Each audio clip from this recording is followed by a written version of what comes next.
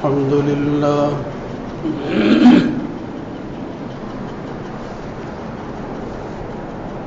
الحمد لله نحمده ونستعينه ونستغفره ونعوذ بالله من شرور أنفسنا ومن سيئات أعمالنا من يهده الله فلا مضل له ومن يضلل فلا هادي له وأشهد أن لا إله إلا الله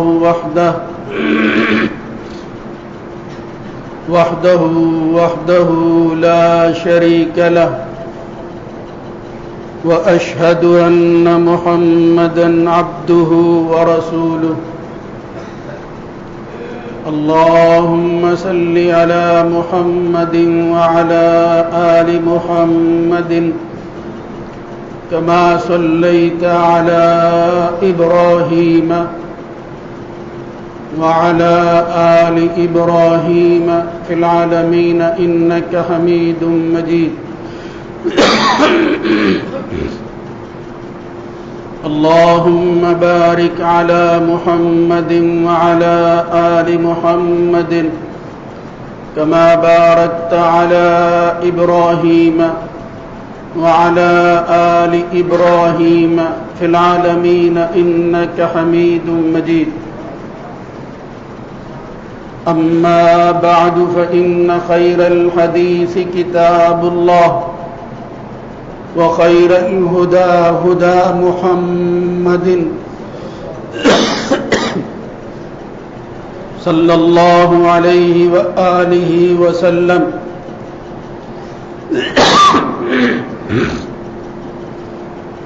وشر الأمور محدثاتها وكل محدثة بدعة وكل بدعة ضلالة وكل ضلالة في النار رب أعوذ بك من همزات الشياطين من همزه ونفخه ونفثه يا أيها الذين آمنوا اتقوا الله حق تقاته ولا تموتن إلا وأنتم مسلمون يا أيها الناس اتقوا ربكم الذي خلقكم من نفس واحدة وخلق منها زوجها وبث منهما رجالا كثيرا ونساء واتقوا الله الذي تساءلون به والأرحام إن الله كان عليكم رقيبا يا أيها الذين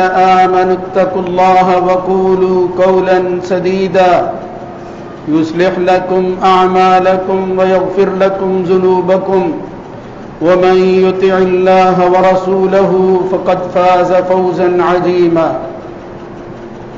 رب اشرح لي صدري ويسر لي أمري واحلل عقدة من لساني يفقه قولي إن عبادي ليس لك عليهم سلطان إلا من اتبعك من الغاوين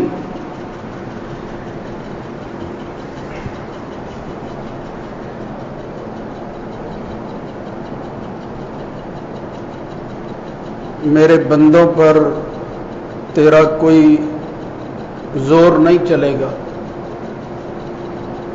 تیرا قبضہ ان پر نہیں ہوگا، ہاں وہ جو تیری پیروی کریں گے، تیرے پیچھے چلیں گے، بغاوت کا اور میرے ساتھ سرکشی کا راستہ اختیار کرنے والے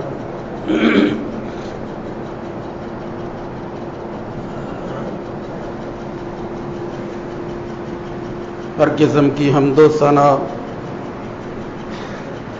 اللہ سبحانہ و تعالی کے لیے ہے،